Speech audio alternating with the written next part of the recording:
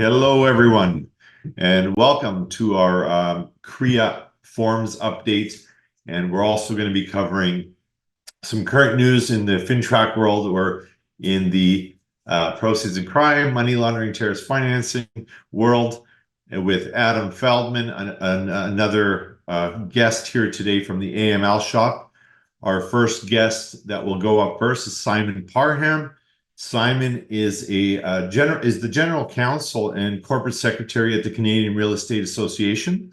He has expertise in a variety of federal laws and issues, including anti-money laundering and privacy law. Prior to joining CREA, Simon worked as counsel at the Department of Justice, where he provided legal advice to the Department of National Defense. I like to refer to Simon as the FINTRAC guru over at CREA. And we've asked him to come and just talk about the new changes to the forms, the recommended forms from the Canadian Real Estate Association.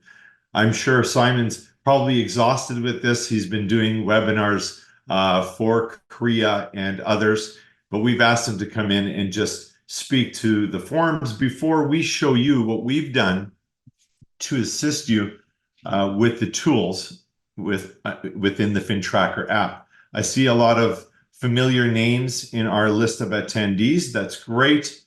We're over 100 now. We're going to get started. And without further ado, I will introduce Simon Parham from the Canadian Real Estate Association. Thank you, Simon. Two Simons here on this webinar. You guys are really lucky. Really happy to speak with you all today and to be invited to speak to CREA's new updated FINTRAC forms. Just off the bat, want to say a couple things. First of all, as the other Simon indicated, I'm from the Canadian Real Estate Association. I'm not from FINTRAC. I'm not from the government. So I am a lawyer for organized real estate. So I am effectively providing information and advice to all of you as well as realtors. So I just want to get that out there.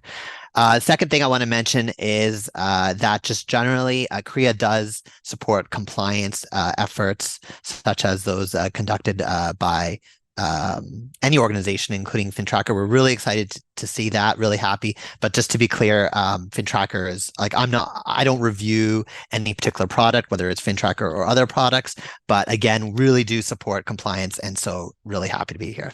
So with that stuff out of the way, I do want to just mention a couple of things and just give some background, some of the context about where all this stuff came from, because I'm sure it caught some of you off guard, and what's going on, why are some of the FINTRAC forms changing, and I want to just provide a little bit of background context. And I would say there are really three origins or three trends or things that sort of inspired this latest round of changes. The first really was, if you've been sort of following what FINTRAC has been saying over time in terms of their rhetoric, in terms of their guidance, they've really increased their expectations in terms of how they expect all industries that are subject to this law, including real estate, but others as well, and basically what their expectations are. If you've ever had the fortune or misfortune to have an examination or what you might think of as an audit, you'll have seen that as well. In that, if you go back, say, 10, 15 years, they might have just said, hey, do you have a compliance officer? If you're a brokerage, do you have a compliance officer? Who is it? Okay, you got one. You're good. Well, now what we're seeing in terms of, again, their guidance and rhetoric is not only do you have to have something in place, it's called presence, but it has to work. So what they like to refer to as effective, has to be effective and actually do what it's supposed to do. So not only would they say, hey, do you have a compliance officer?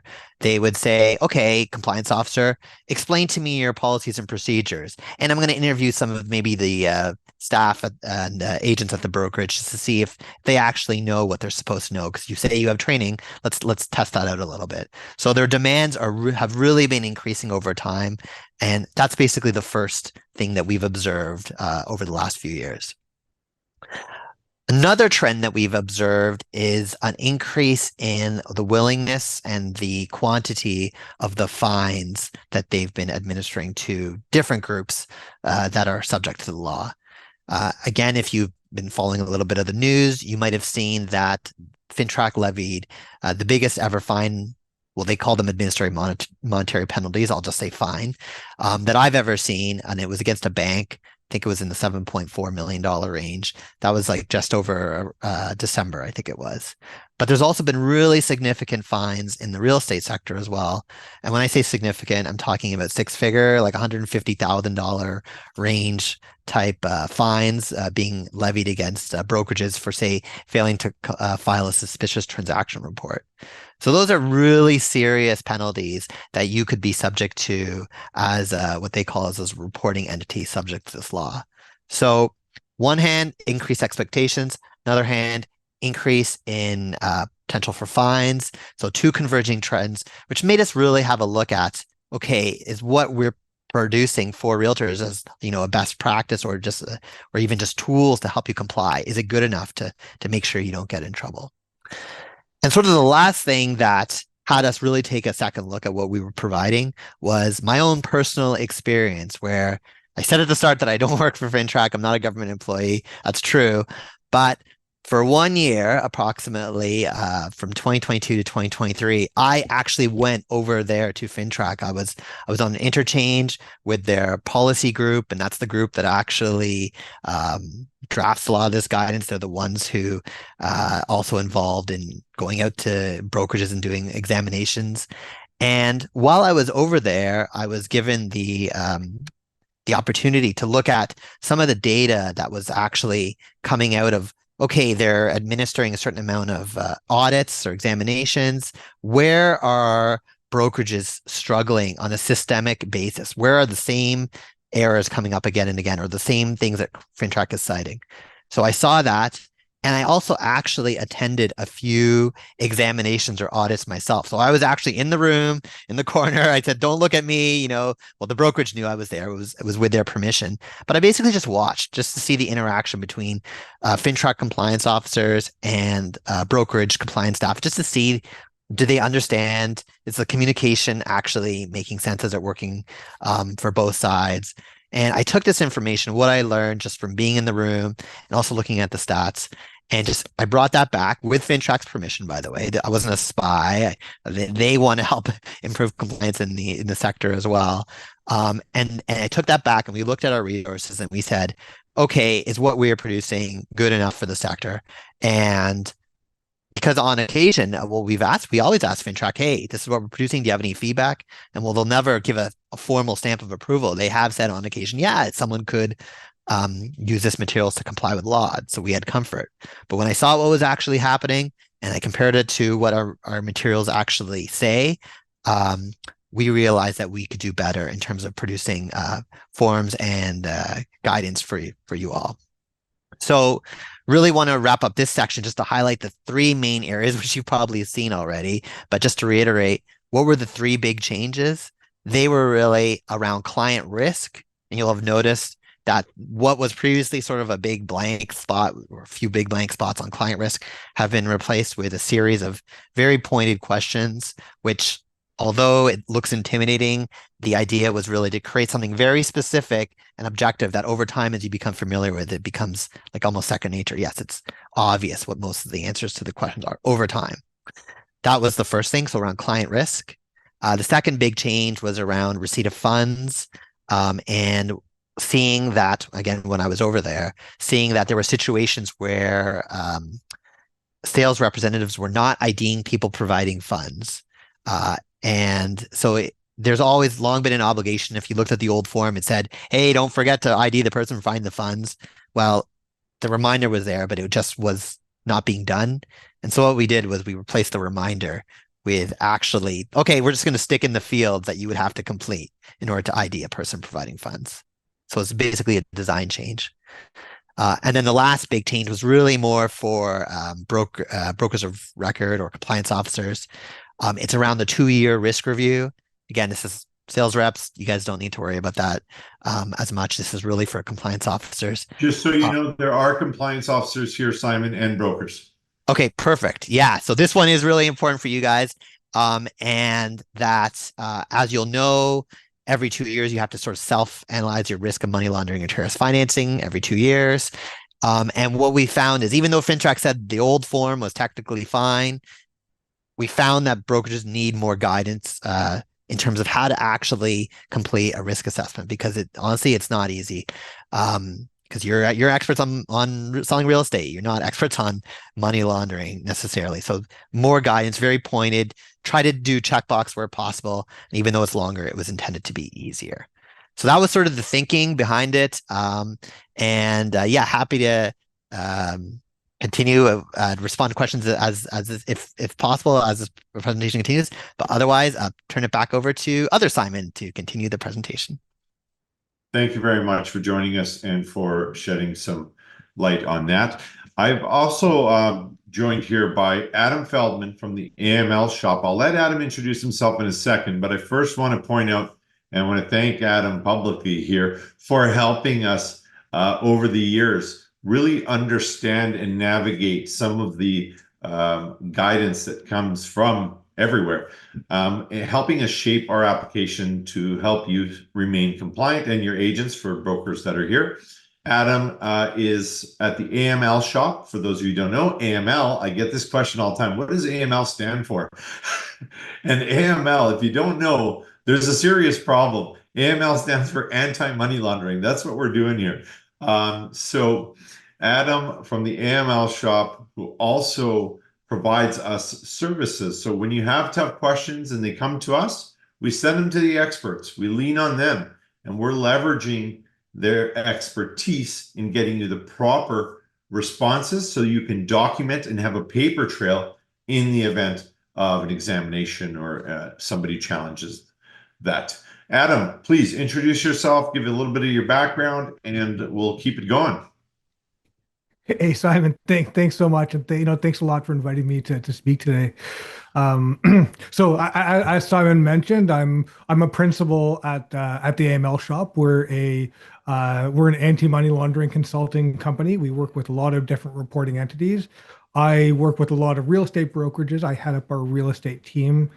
And so that means I spend a lot of time making sure that our real estate clients stay on the right side of FINTRAC compliance.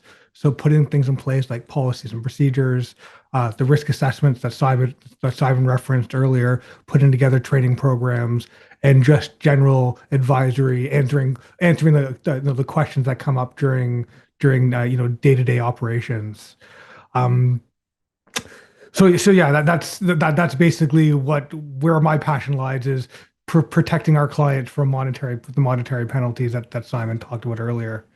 So I'll say I really want to commend CREA. Like I really see that the value in these new forms here, especially around the identification forms, because one of the questions that I received all the time was, or more of a statement than a question, I don't know how to risk assess a client, right? So how do I know what a client is high risk? And a lot of times it was really just left to each agent's individual judgment, and there wasn't really any kind of standard. So CREA has done a great job of putting together a methodology here of questions that you need to consider, weightings that are assigned to those questions, and then explaining how to put that all together to arrive at a risk rating. Now, there are a few things that you're going to want to consider from an operational perspective. So I'm just going to share my screen here, and so we can look at this together. Oh, Simon, am I able to share my screen or?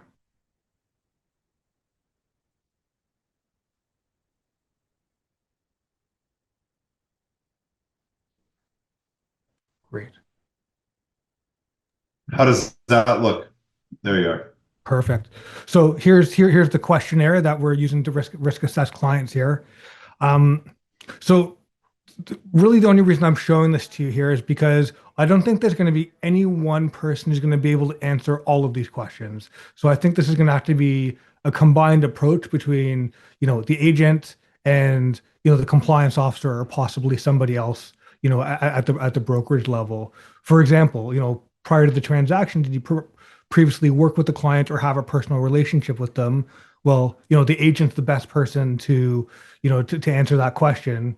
And then something like, is the client subject to a ministerial directive?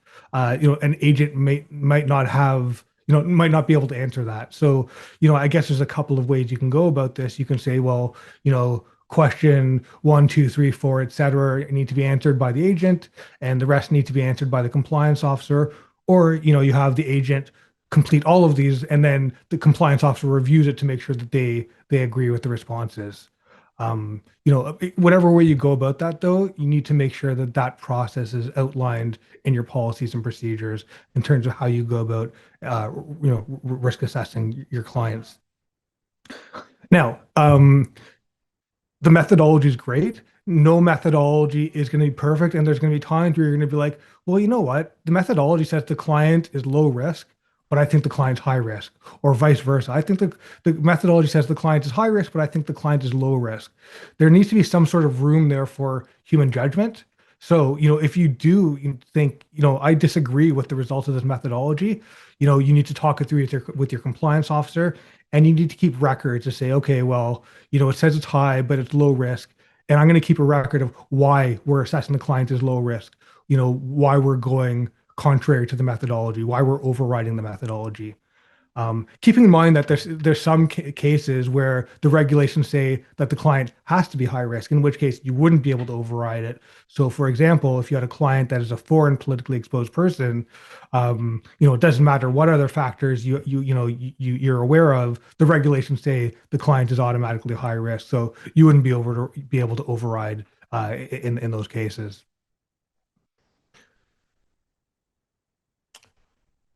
Okay, so I just want to move on to a couple of other new developments in the FINTRAC regulatory world.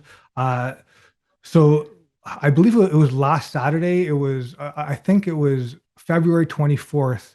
The Minister of Finance issued a new ministerial directive. And if you're wondering, what is a ministerial directive, just at a very high level, the Proceeds of Crime Act give the Minister of Finance powers to issue to prescribe certain due diligence or certain actions with respect to activities involving countries that they assess to represent a high degree of risk to the Canadian financial system. So last Saturday there was one issued against Russia. And what this directive says that for every transaction involving funds moving in or out of Russia, well, that needs to be considered automatically a high risk transaction.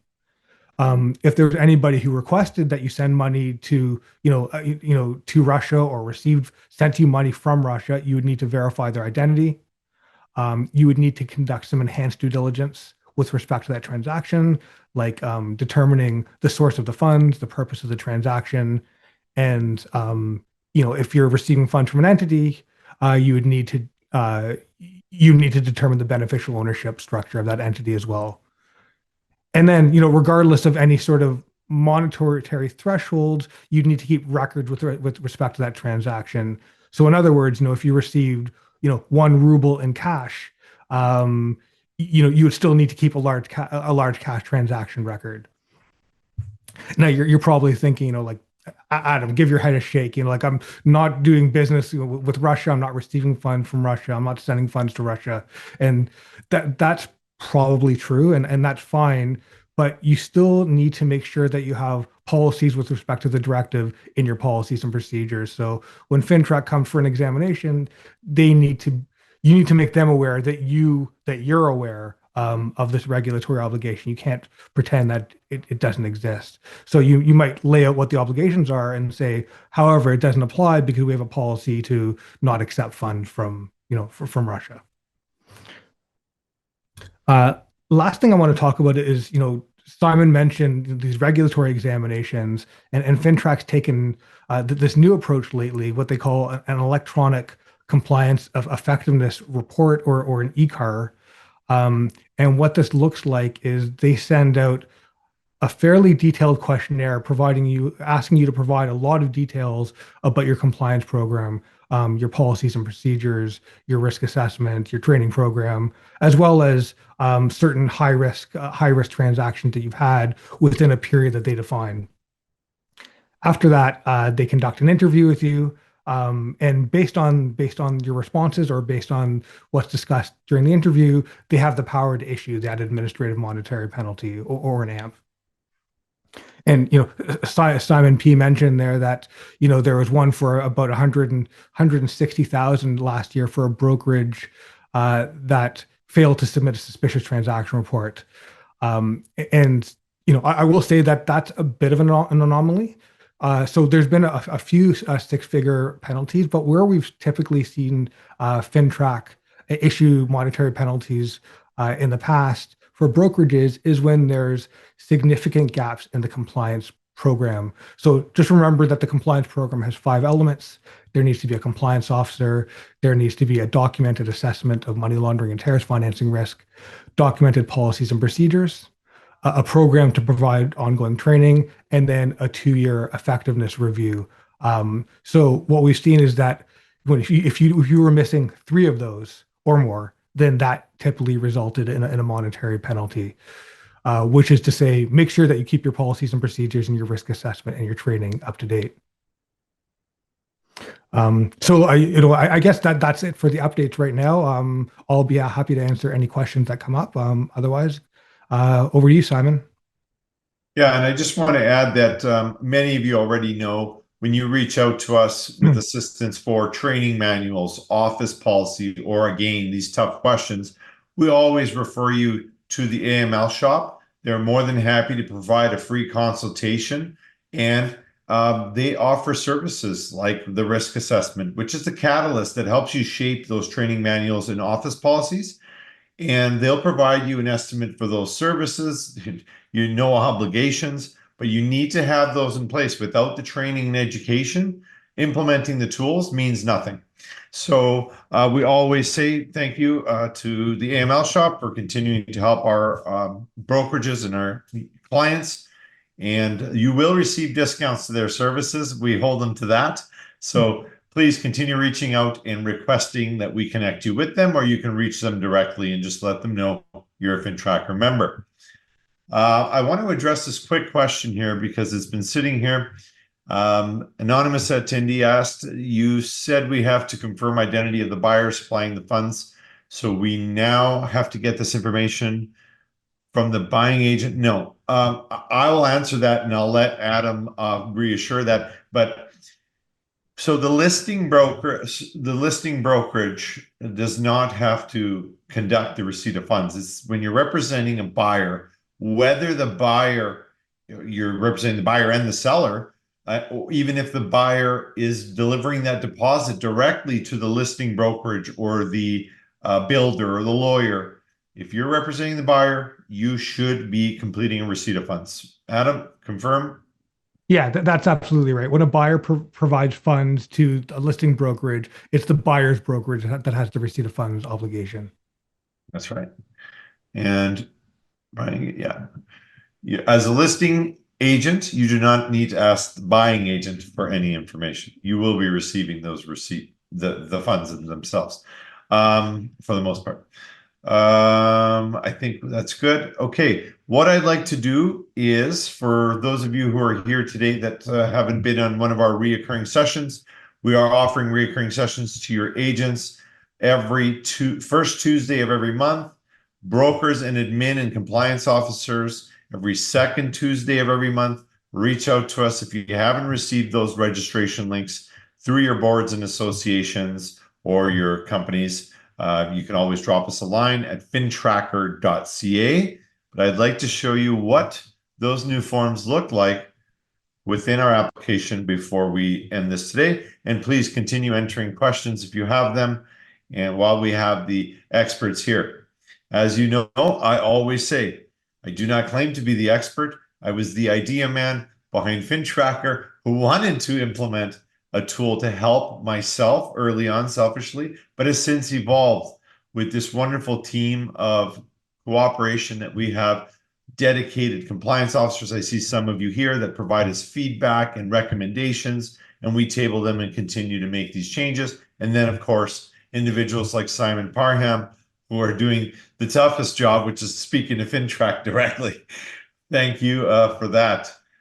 I heard some new FINTRAC news this morning that they had a breach, and we have been receiving emails for anybody on this call or on this webinar today. We are not FINTRAC.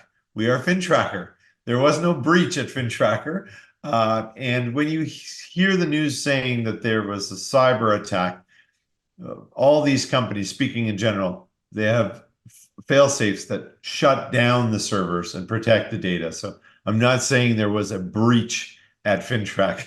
I'm just reiterating the news there. Anyway, moving on. So on the individual ID now, and I'll just go ahead and scan an ID to fill this form for us. We won't be doing a full demo today, but we'll use lawyer because we have a lawyer here today. And ABC law and law. We're going to move on to the next section. What your agents will now see under the risk assessment is the questionnaire.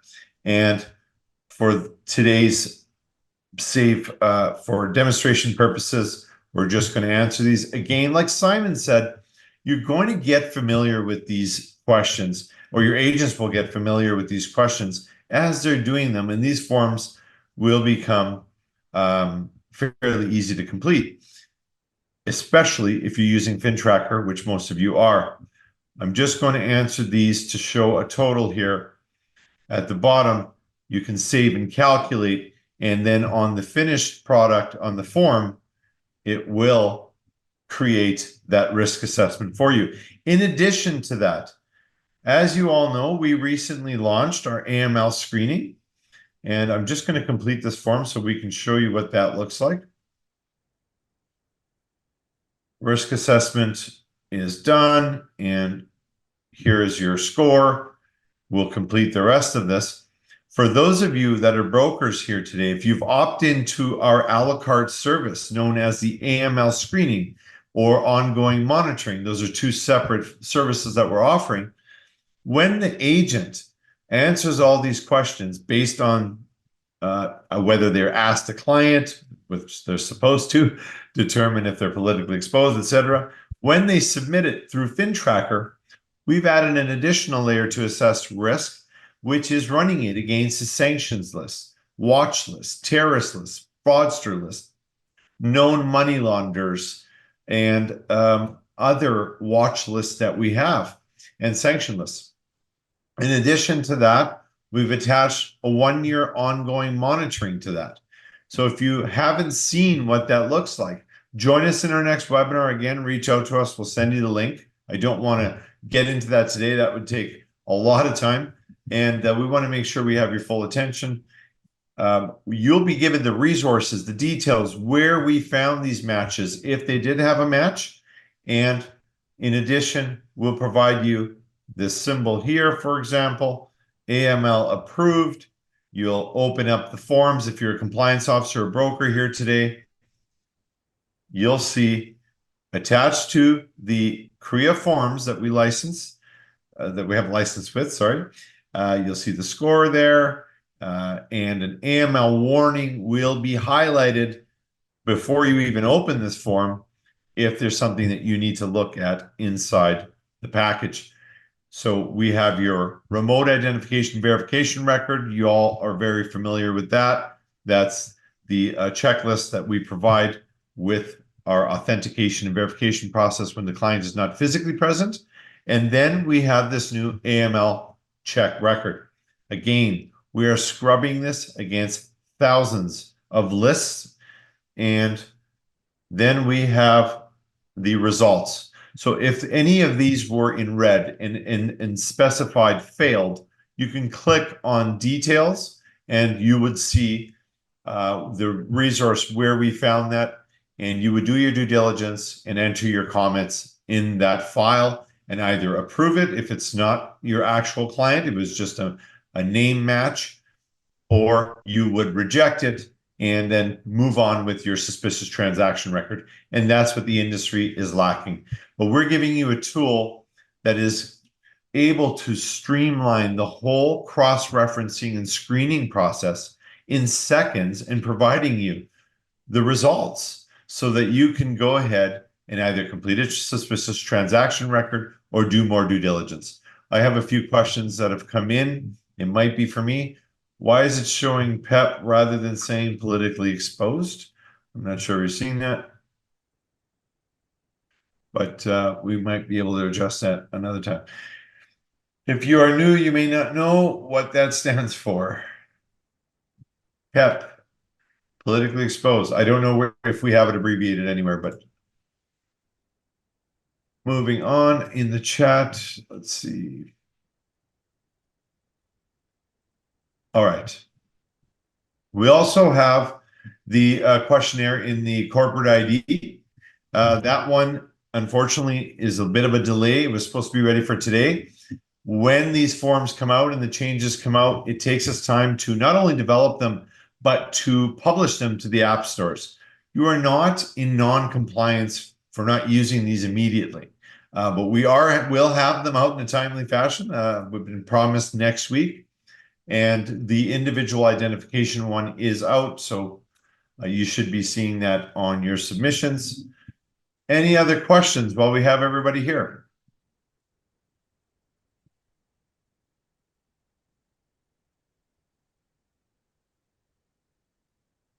Okay, the question for the PEP was on the CREA form. Why does it say PEP and not politically exposed? Simon, you want to address that one? I'll take that back. Honestly, when it comes to forms, we're often trying to look at form real estate, and everything we produce we're trying to minimize the amount of paper you print, because a lot of people actually, you might not believe it, but a lot of people still do things by paper. And so we're always trying to be mindful of how much space we're taking up. So if we can fit in politically exposed person, we will. If we put in an acronym, maybe because we feel like we have to. That's usually the thinking. Simon, in Simon's defense, folks, you have to start educating the agents on what PEP stands for and what AML stands for and all of these acronyms. They're not going anywhere, and we need to familiarize ourselves. So wonderful thing is we're working on a bit of a onboarding training for agents. It's a little bit premature for me to announce that, but that will help really familiarize your agents with all these acronyms and what their minimal obligations are. We're looking at bringing in a few modules to make sure that they understand what they're doing within FinTracker and for FINTRAC obligations. And we'll be working with the AML Shop in the near future to put that together and make sure that it meets your needs. If you have any other questions regarding this webinar or any other webinars, or again, any tough questions when it comes to the F word, you can reach out to us directly through our website at fintracker.ca, and we'll put you in touch with the right people, with the experts that are certified for this. We recently joined, we're a member of the DIAC, that's a Digital Identification Association Council of Canada. CREA is also a member, and so we're getting a lot of guidance from them as well. So very exciting, a lot of things upcoming. Thank you for joining us. Reach out to us again if you have any questions. Thank you, Simon Parham, for joining us. Adam Feldman, we appreciate it, helping us navigate these murky waters. Thank you very much.